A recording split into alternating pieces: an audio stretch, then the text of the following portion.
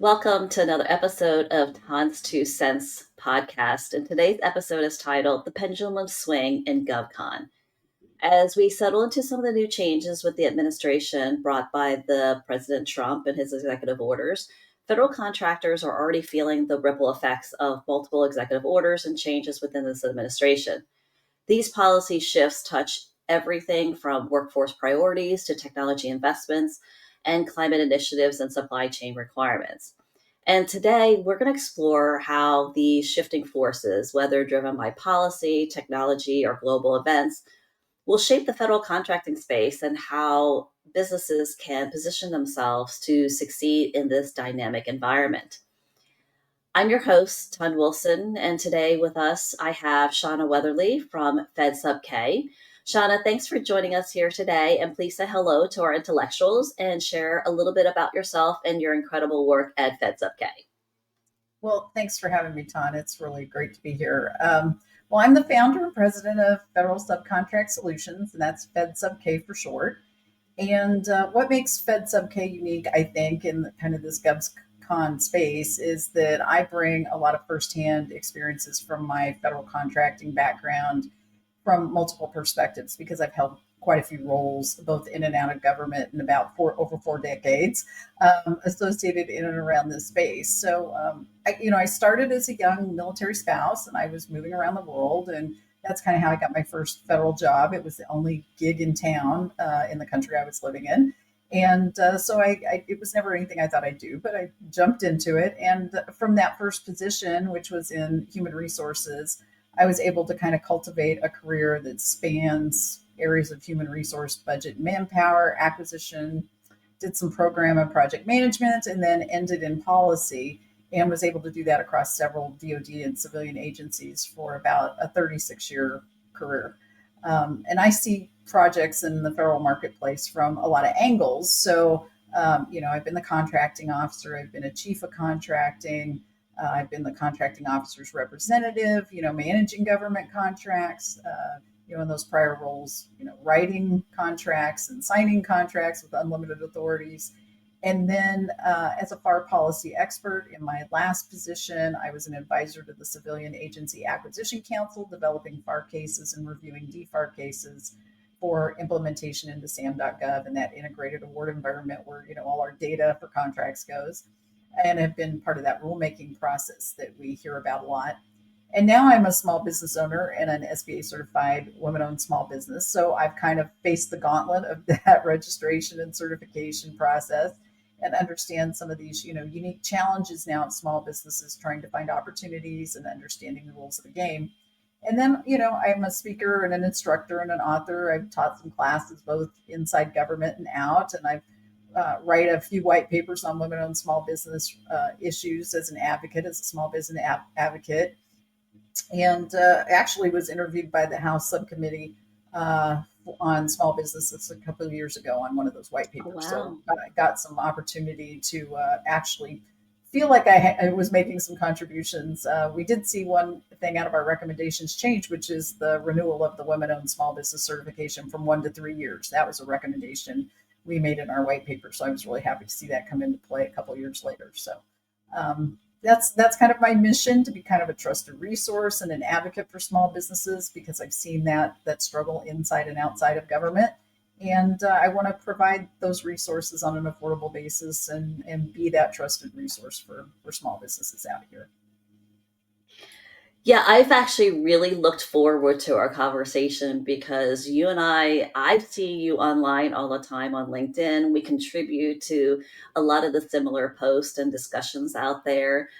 We don't always agree, which is the best part about this industry because we Yeah. all bring so many different perspectives on things. And I love your life journey, your professional journey, and the fact that you have kind of seen government contracting from both sides of the table, which brings a very unique perspective that I think our intellectuals here are going to really kind of enjoy hearing. Just because, hearing from one side is really not a balanced approach. And I love to give everybody the opportunity to kind of express dissenting or difference of opinions on different topics, just because that's kind of how we learn and grow and make this industry better. So Really looking forward Yeah, to this conversation here today. So, sounds great. speaking of GovCon, though, there it's the one thing that I think we can always agree on is that it's constantly changing and dealing with swings and shifts, especially with the new administration. Some of this is pretty typical, some of it is unprecedented at some points, but let's kind of have a little bit of fun about this. And if you were to pick a movie or a TV show to describe this ever changing like FedCon world, what would it be? And how would you describe it to someone who's maybe not familiar with GovCon? Well, that's an interesting question. I had to think about that. But I was thinking about the show Chopped, right? I'm a Food Network foodie Yeah. watcher, right?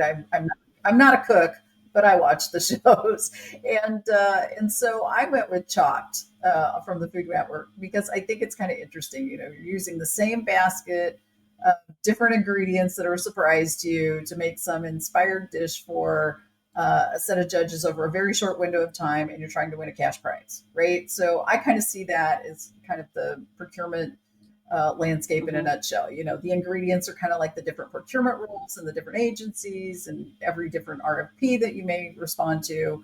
That inspired dish is like this proposal, right? You've got to present this great proposal in a short window of time, which is your offer period, right? And if you're not an experienced chef or not an experienced contractor in the Yeah. GovCon space, you can have a tough time creating something and being flexible doing it across multiple opportunities. And it does take some planning, it does take some resourcefulness, on that part and some experience.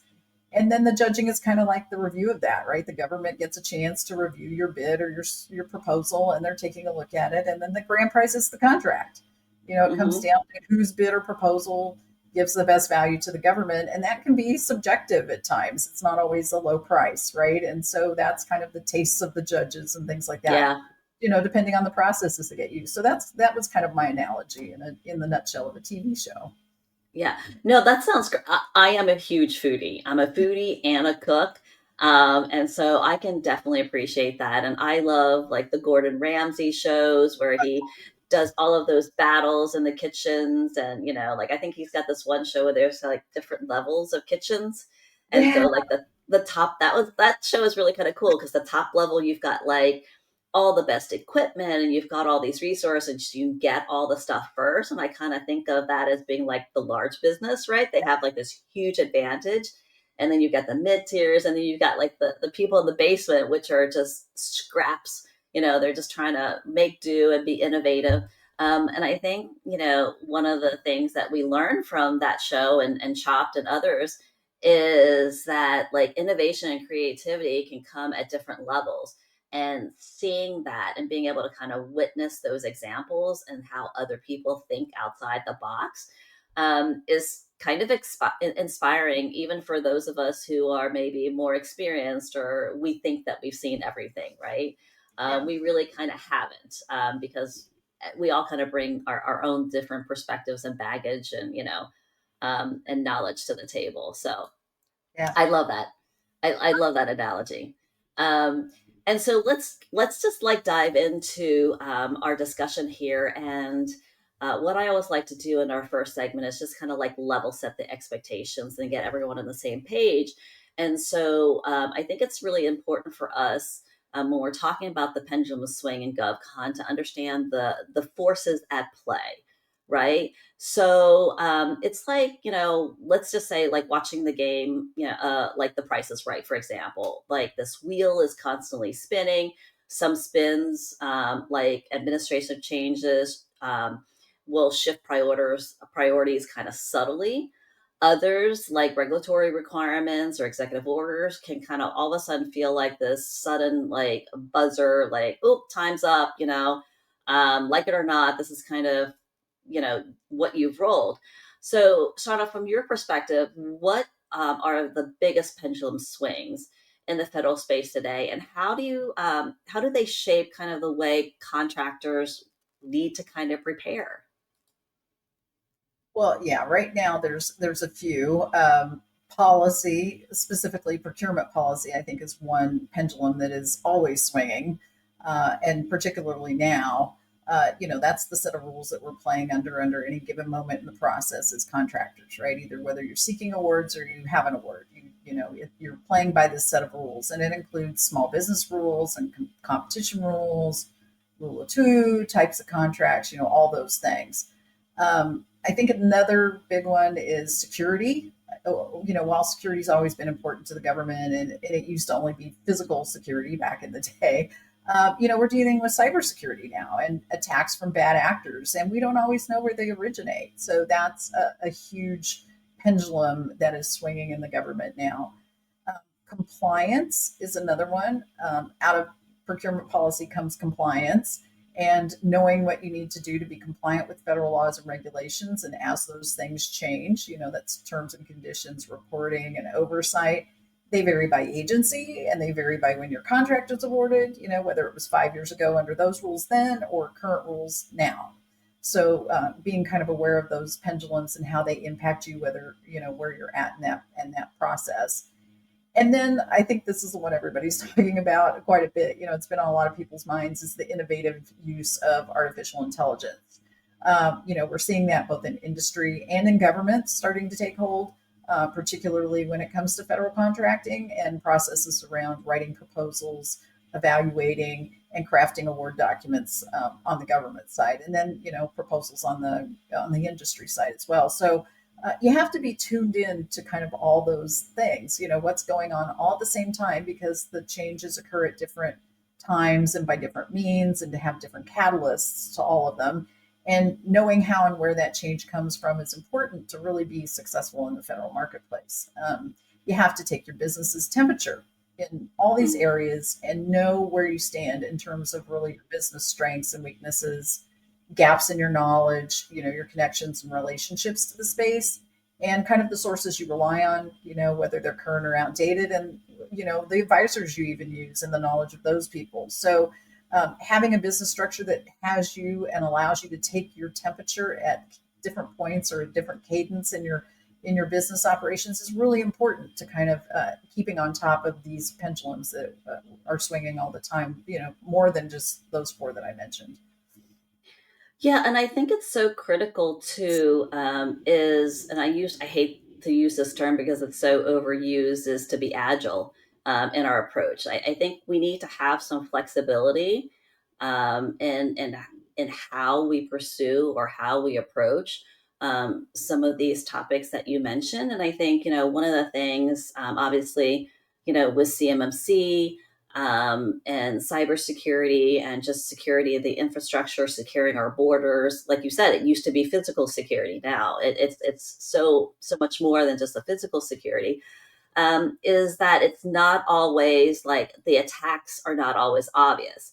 It's so nuanced now. It's like so many things like Huh? deep sick and TikTok and different things like that. They may seem innocuous, super, like at face value. But would you really dive deep into who owns it? Where's the data coming from? Where's your data going? It comes back to like this proverbial, like constant challenge that we have is data. Who owns it? Where does it go? Where is it coming? How is it, like kind of being used? And so that is kind of a concern. And I think the AI part is kind of interesting with the administration and Stargate and wanting to be, like this AI is like the new frontier, right? JFK had like, we're going into space and we're going to land on the moon.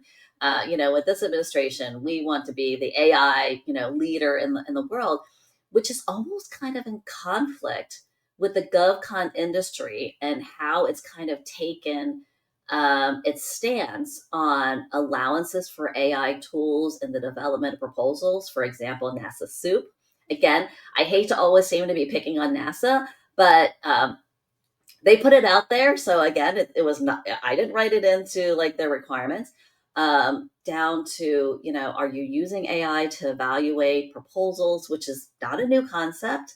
So it's like, if you're going to use it to evaluate, why are you not allowing industry to kind of use it as a benefit for their creation, because it could be a force multiplier and a really huge advantage for small businesses that are resource strapped. Right. Exactly. I agree 100%. We've got to get on the same page on this. And I think it comes down to understanding too what's behind it. Again, there's a lot of fear still wrapped around AI. And I think, we're all learning to adapt to that and the idea of what is good AI and not. So, yeah. Yeah, exactly. So like I tell my 15-year-old, I used to tell him use Google for good. Now I tell him to use AI for good. And so Good. it's an ever evolving field. Right. Um, so I think this brings up a really great transition to discussing the pace of change. Is it gradual or it's sudden? And sometimes, the pendulum swing in GovCon can seem like a rocking chair. A lot of times it's slow, it's steady, it's very predictable, it's very risk averse. Other times, with OTAs and SIBRs and a number of other creative ways to procure. It can seem like a roller coaster, at full speed. But I don't think that we're quite at the wild, wild west where procurement was, before, let's say, 20 some years ago when I first started this industry. Um, but when you're thinking about the rapid policy changes, going back to, during COVID, or even technology innovations that seem to have happened overnight with open AI, it kind of begs the question, how do businesses adjust to some of these changes that sometimes kind of creep up over the decades, or really kind of hit you, really suddenly, and can kind of catch some businesses flat-footed. So Shauna, what have you seen regarding the pace of some of these shifts?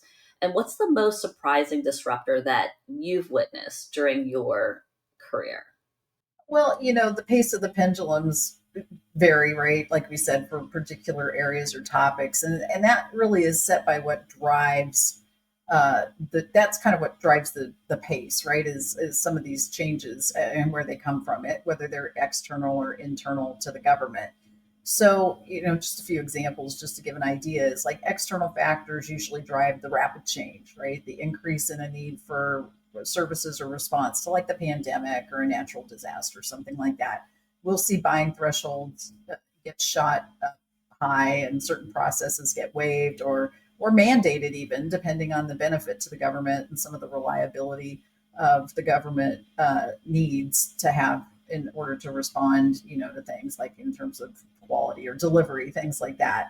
And we saw that with COVID. We used rated orders for contractors, which have always been there. That just get used during times of national need, prioritizing production and shipments to the government, things like that. Using oral RFPs versus written RFPs, or writing undefinitized orders or letter contracts.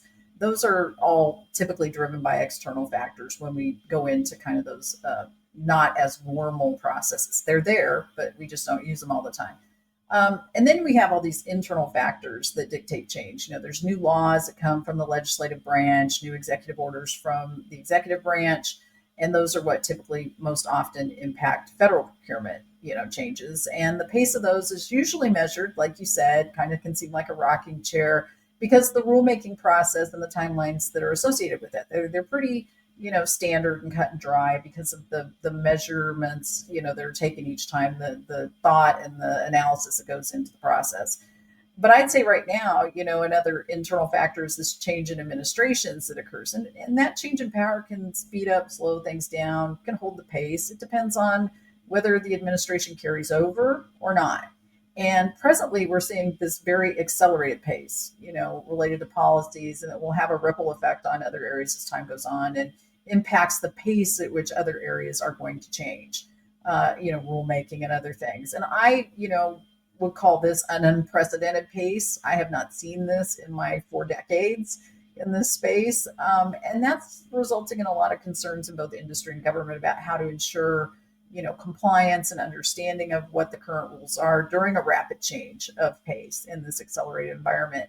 I wouldn't say it's the most concerning necessarily, because I think we have to take a measured approach with all of this. But I would say it's probably the most recent accelerated pace beyond the COVID-19 pandemic response that I've seen. And to add to that, all these, again, swing at different paces. So it just depends on where we're sitting at a point in time, where the snapshot is as to what is now, where all these pendulums are swinging. What is now for policy? What is now for security, compliance, and the tools we use like AI? And that snapshot where all those sit at a current period in time. And that's what we have to respond to. And if you wait a couple of weeks or a couple of months, that snapshot's going to look a little different, right? As the pendulums swing at whatever their different paces are. So I think that's what people need to be prepared for: is that what is now is not always what will be. It's not what has always been, and understanding that those paces change, and being prepared to, again, like you said, be flexible. Agile. I use that word too, but it's flexible. We have to be able to Yeah. flex given the opportunities and the different points in time we're at in this industry. Yeah, and I try to be very politically agnostic when I talk about these topics and these issues, just because, first of all, I can offend people all day long. I don't have a problem with doing that. However, it's just not productive in our conversation. But I think the unprecedented pace of change is kind of telling, just because of the type of president that we do have right now. He was like that under 40, under his first term. I don't see that it's going to be any differently now. If anything, it's probably more organized and deliberate at this point, because he's got that experience, that, of like knowing and having 4 years to kind of prepare of what he wants to do. And I think that regardless of whether or not you agree with the way the administration has changed and the policies that they have enacted, that does not necessarily mean that these policies and changes will go through. There are obviously, there's certain things that are codified. There are certain things that are far regulated, that I really do think, and we talked about this before, and I've said this. Rob Wong had mentioned something in in a blog post last week about just having some patience, and to just breathe. It is that if you really kind of deconstruct some of the intent of the executive orders and some of the intent of some of these like very vast, sweeping, controversial changes, there's some very logical underlying requirements that the administration is trying to get at. And so I think we need to have the people who are really knowledgeable in case law and knowledgeable in the FAR and these requirements to really kind of talk about that. And I know you do this a lot on your blogs. There's some other industry colleagues that have been publishing some very thoughtful things about, hey, being prepared for contract terminations or descoping, or different things like that. And I think that that's just prudent from a business owner's perspective. Regardless, I think you should always kind of be prepared to know what your rights are as a contractor, from a legal and contractual perspective, and like what the government is overreaching. And it's our responsibility to tell the government, that's great, but according to this requirement, you can't, and this is the reason why, right? Instead of saying, I don't like what you're doing, or I totally disagree with you, and responding to it in a very emotional, subjective kind of way, instead of being objective and logical about it. Yeah, I 100% agree. I mean, 40 years of being apolitical in terms of, working under all sorts of administrations. You Mm-hmm. don't have to agree to align. And again, I think you're right. We have congressional things, congressional representatives who are there for a reason, who have oversight of many of these areas that are codified, like you said. And that's that check and balances that we have. And so not everything that you hear is going to happen, or you think is happening, can happen, in the way that maybe you're perceiving it can. And so I think it's really important, like you said, we got to take a breath. We have to step back. We have to see what are the sources of some of these rules, regulations that people are trying to pull on or off. And, that will help guide what can and can't be done. And that will help guide the pace at which things can and can't be done. So right now it may seem really frenzied. A lot of people have a deer in the headlights look about them. but there is a process to this, and it will become more measured. It just seems kind of Yeah. rapid pace right now, for sure. Yeah. Yeah. And I think I think that's the other reason why this recording is so timely is because you've seen those ebbs and flows. Oh yeah. I've seen these too. And memories run short. I think some people really do forget how disruptive administration changes, can be. And they are. They're by design, Yeah. to kind of be that way. And so, I think there's more exciting times for all of us. And obviously, there's some more anxiety prone situations for others too. So we'll try to kind of navigate this together.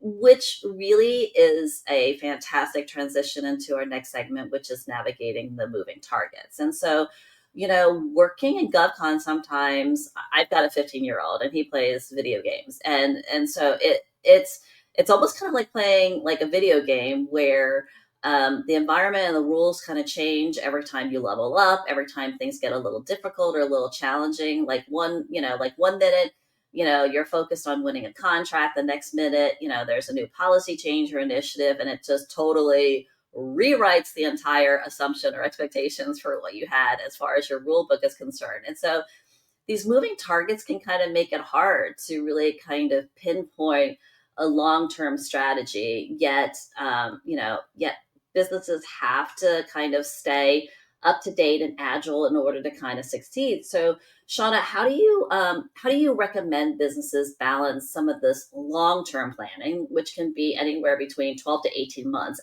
out, with being able to adapt really quickly to some of these changes, which can kind of throw your whole strategy, like out the window. And can you share some examples of a company that was able to kind of do this well or struggled?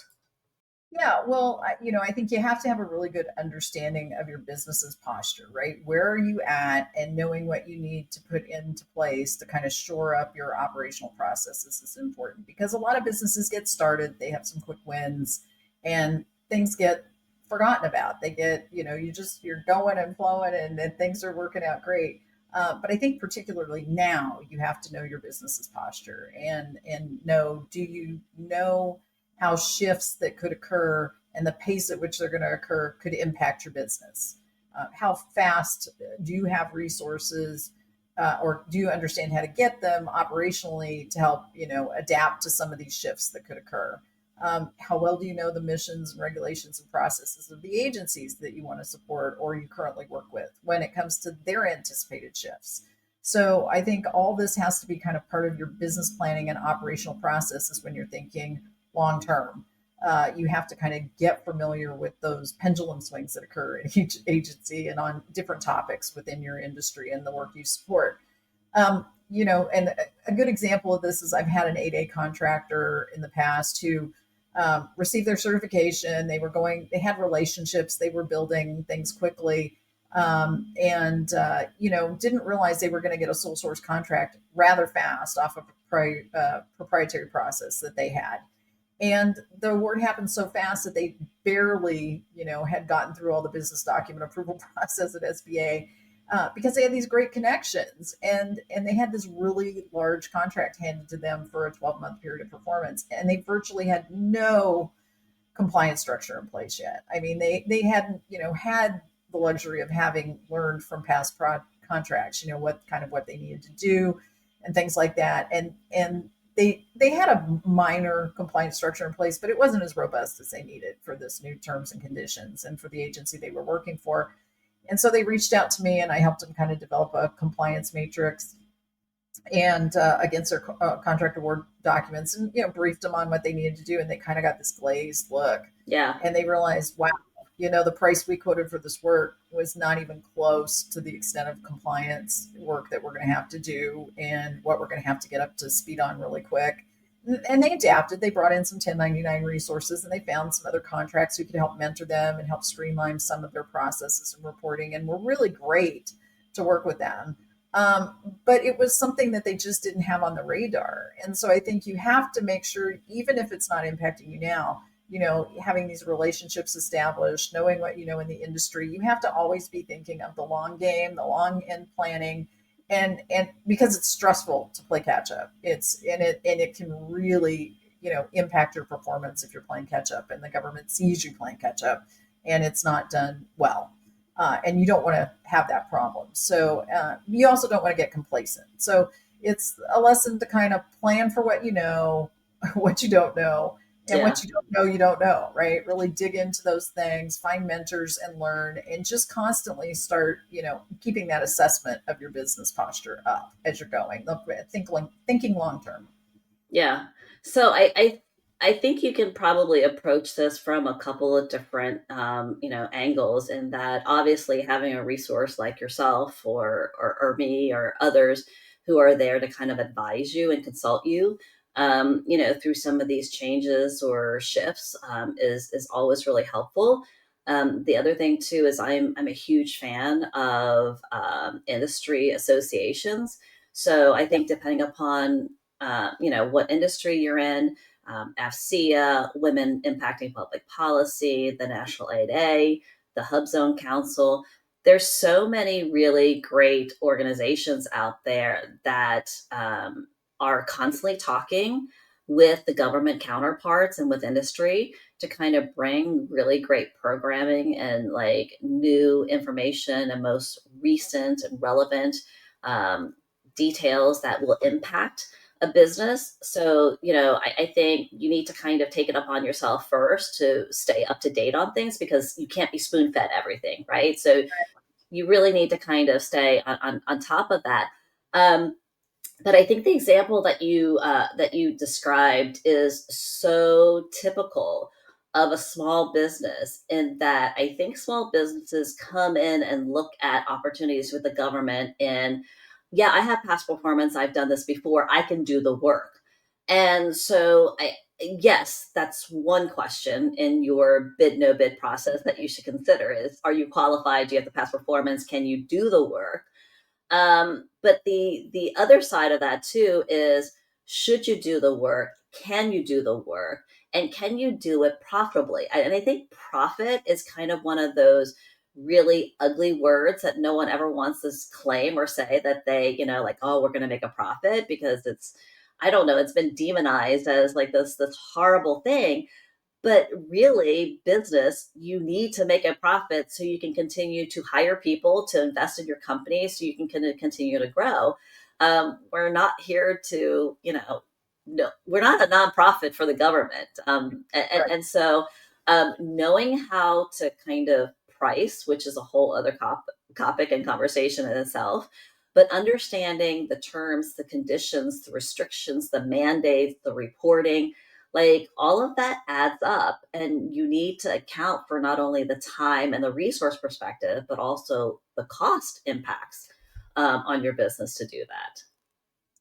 Yeah, very much so. And I think that's where a lot of small businesses, like you said, they forget in the beginning. They're very work and performance oriented on what they want to provide, but they forget about all this, extra that comes around the side, which is all this reporting and compliance and things like that. And I always tell people, you need to be planning for what you're going to do in performance, yes, but it's just as important that you can do this compliance piece well and that you manage that well, because the government also evaluates that. It's not just how well you give them the product or service that they've asked for, but what were the hiccups in it? How did you mitigate it? What were the your reporting process? Were you late in some of that? Were you not? All that plays into factor too here, and it's really important to keep that in mind before you get the job, not after, before you get the job. Right. Yeah, and I'm Asian, and my parents used to say, like what you do, impacts and it is kind of a judgment on our family, right? And I never quite understood that. I'm like, what do you mean? It's like whatever I do is my own, and I have to live with it or whatever. And so in government contracting, it's almost kind of the same. Is that what you do on this contract really does impact your overall, not only your past performance, but your image, your reputation within the industry. And so it's just not a one-off type of thing that if you don't do well on this one, oh, it's one off, it's like no big deal. It can stay with you. It can, really kind of linger for a while, especially if you don't perform or if you're not aware of something, that maybe you should be aware of, because that will impact whether or not other team members want to team with you. It will impact whether or not the government wants to, award you another contract, Or whether or not, award another small business a contract sometimes. We'll take the yeah, chance on another small business sometimes. Yeah. yeah, there are some bad actors that kind of, um, show up and are poor actors in this industry that make it, seem like, oh, there aren't any qualified small businesses, or small businesses can't perform at this level of quality of work and stuff. So it does impact all of us. Um, Totally agree here. And so I think, you've kind of shed some light on strategic positioning for pendulum swings, which is like our next segment here. And, in GovCon, it isn't about just predicting the future, but obviously to prepare for it. And so I kind of equate this to being like a skilled chess player. The best contractors think several steps ahead. They're always analyzing the risks, anticipating new disruptions, new technologies, and building, like you said, like a really kind of strong compliance system, and an infrastructure to keep up with the pace of some of these swings, and to be able to kind of minimize the impacts of some of these dramatic swings. But strategy obviously isn't, one size fits all. You can't take what Leidos does or a larger business or another company and try to, fit that and make that fit for your own organization. It really has to kind of evolve and be tailored, just as the federal space does in different industries within this the GovCon sector.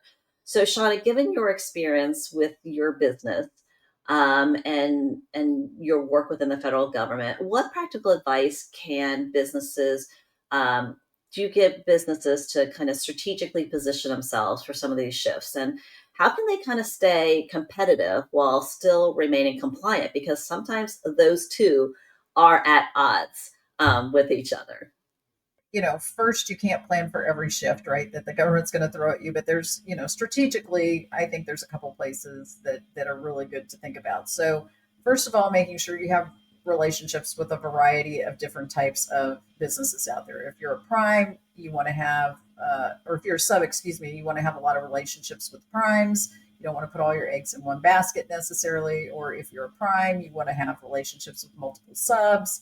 You want to have all that relationship within industry going on. So you have connections ready. You can flex resources. You can call on people. You can build that networking knowledge of operational support and advice. And I think another thing is, we all talk about this GovCon group about, relationships with government personnel, but I don't think that can be overstated. It's really important that you're learning to build relationships with requiring activities. I'm not talking about the contracting officer. I'm talking about the technical people, the end users for the products and services that you want to sell to the government. And those people will give you the pulse of the agency. And by paying attention to that pulse of the agency through that requiring activities perspective, you're not just focusing on the next contract opportunity, but really the holistic needs of the agency. And you can see where you can fit into that at various points in time. It allows you not only to just adapt and be reactive, but you can be proactive. You can start recommending things, you can start influencing things, you can start bringing ideas to the table. I don't think people pay enough attention to that. They're hard. It's hard to do sometimes, but those relationships are gold, and making and cultivating those are really important. And those are the people that will call you and ask you questions when times like this are happening, right? That's happening to me right now. I'm getting those phone calls right now. So, also being aware of the agency's climate and the changes in progress on the horizon, you'll get that from those relationships. Watching maybe the semi-annual agenda for rulemaking for that agency or agencies that you're targeting. Learn what's going on behind the short term. It takes homework, it takes time, it takes asking questions both in and outside government, but you can learn things like you talked about, going associations, industry days, industry specific conferences, things like that. Even something as general as like the National Small Business Association. You'll learn about what's going on in terms of payments acceptance and things like that that are maybe outside of your purview, but do impact you as like a small business accepting a credit card payment or something like that. Things you need to be aware of. So kind of having that broad view helps. Now, sometimes when you're post award, and you're in the process of working and things like that, there's some adapting with rule changes that can kind of like impact your performance really fast and the terms and conditions of your contract. And you'll get a chance sometimes to agree to those and sometimes you won't. Sometimes it's just going to be like a get it done and you're just expected to comply. But from a short microcosm of just, let's say, your contract itself, know what your contract says, like you were saying. Make sure you can say, hey, that's not what, it says in my contract. Know what policies you need to conform with and when, and know your reporting cadences. And again, because those things are important, the government's looking for data from you so that can use data to make informed decisions. So it takes work to stay up on top of that. If you can't, you need to find somebody in your organization who can do it for you. It's really important to hire it out, whatever you can do. But that adaptation is a lot easier if you think about that as part of your business planning, right? Getting back to setting up a monitoring, reporting, and compliance structure, like I was saying before, so that you can respond to short fuse things, like reports. Like there were a lot of COVID-19 reports that were going on that industry was having to provide. We were providing on the inside. When it comes to national emergencies, when it comes to even things like policies now that are in review and under review for continuation or not, those types of things are really important. Knowing some of those compliance pieces and what they mean to you and your type of contract, size of contract, set that thing up. So I just think staying competitive means being aware. And I hate the word agile, but I'm going to say it: agile, flexible. Both those things. You really have to be aware. I think aware has to come first. You cannot just get the blinders on and put your head down and perform. You really, you're in an ecosystem, you're in a space, you're part of it. You need to be aware of your role in it and how those things that you can and can't control can swing one way or another to benefit you, or make your life a little challenging as a business owner. In some respects. So just keeping that awareness, I think, in the forefront is really important. Yeah, and I think the building relationships with the government personnel, I think that's a challenge regardless of what size company you are. And I think it even more so for small businesses that can't be everywhere. They can't be everywhere. They can't get in front of everyone. And so again, not to sound like a broken record, but I think this is where belonging to certain associations really help. NCMA has a lot of events that are, co-branded or that they have with government entities and government professionals and points of contact within the different agencies. Act IACT, obviously, that's an association that's like run by both industry and government, and so you do get like a Right. very well balanced perspective on what the government is thinking, where are they moving towards, why do they do what they do, and industry gets a chance to kind of be able to contribute their perspective and their side to all of that regarding policy and different things like that. And so I think, that's one really good way to continue to kind of build relationships. And you can speak with the government. I think that there's this misnomer out there that, oh, I can't talk to the government. And yes, there are periods where you can't for specific reasons and whatnot. But I think industry doesn't realize that the government is really, they are thirsty and they are always encouraging and wanting you. You're not bothering them by having a Yeah. conversation with them. You are actually doing them a huge favor, by having these discussions, because they can't be everywhere. They can't be on the cutting edge. They can't know everything. And so the government does kind of rely on us for that critical input. Yeah, I mean, if the government knew all the answers, they would be doing it themselves, right? That's why Right. they come to industry to do this work. So, Yeah, I agree 100%. That's the give and take of this, right? Government Hmm. needs industry, industry needs government, and it's just knowing the right times because sometimes you're gonna, try and want to have a conversation, and like for a lot of reasons, like you said, they just can't have it. But building those relationships, you don't have to be, build a relationship in every agency. I want to, just make sure small businesses understand that they can build relationships in one or two agencies and use that relationship that you've got to leverage opportunities with other companies and other people who say, hey, I've got this great relationship over here, you've got that great relationship Hmm. over there, let's see what we can do together, let's see what we can do for both of our agencies that we've got these relationships with.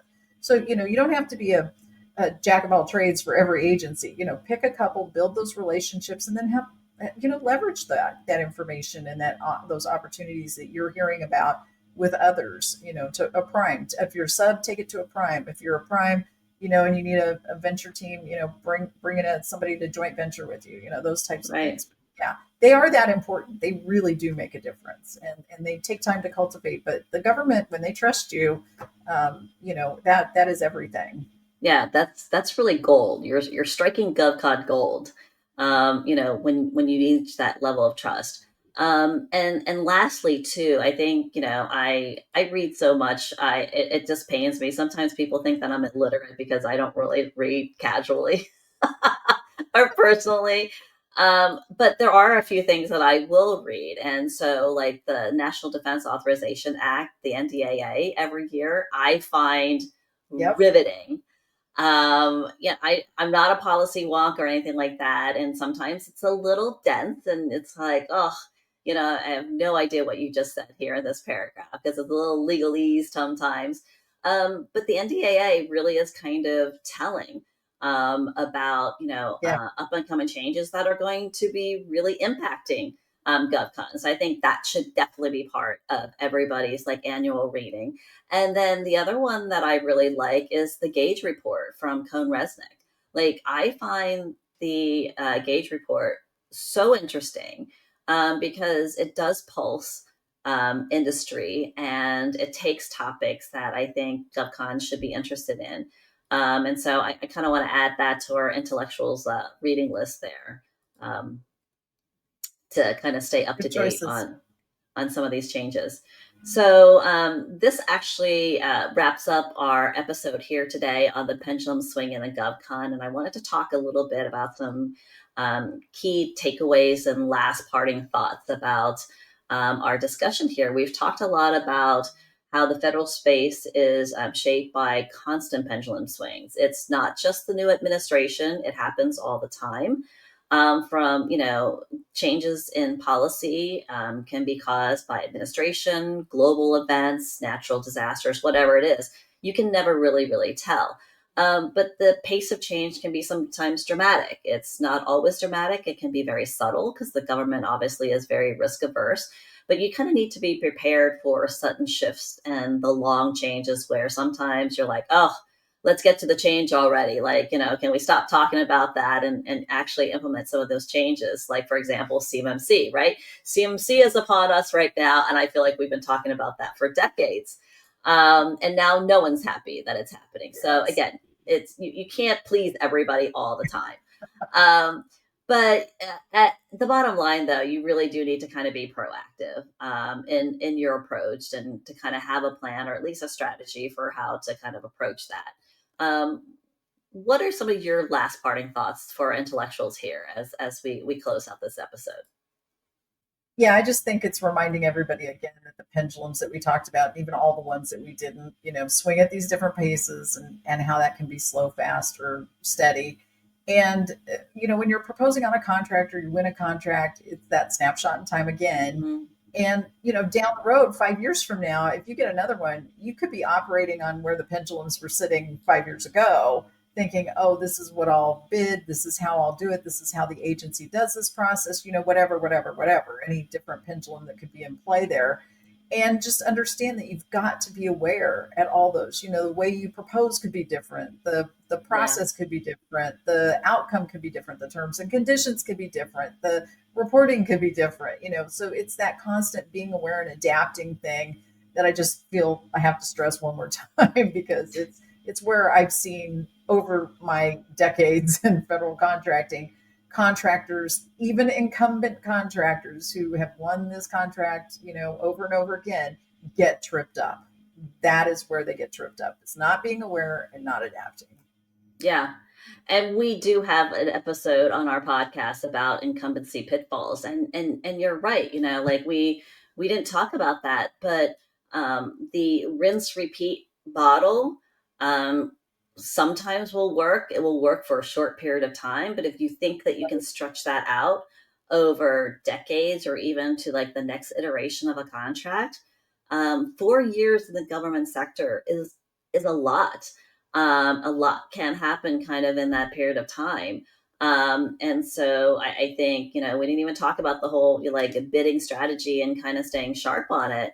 But it would behoove you, if you want to be successful in winning new contracts, is to kind of stay on top of this. And I think some of the most successful companies not only stay on top, but they're already a couple chess pieces ahead, which is, where I think ideally we all kind of, if we had Strategy. a magic 8 ball, right? Um, we wouldn't be working here today. We'd be like off in Bali somewhere. So, well, anyway, so this concludes today's episode on the Pendulum Swing and GovCon. And Shauna, thank you so much for joining me here today and for sharing your insights and your experience through your company, FedSubK, and your knowledge in the government sector and sharing that with our intellectuals. Well, thank you so much. I appreciate it. I enjoyed being here, and the conversation's always great with you, Ton. So it's awesome. This is great, and I so like doing this face to face versus like virtually online. But we'll return to our LinkedIn, banter here after this episode. But intellectuals, thanks so much for listening here today. Remember to share our podcast with your friends and family and other colleagues. We do release a new episode every Wednesday, and remember, you have to think big to win big. Be an intellectual, and until next time, keep pushing the boundaries of possibilities.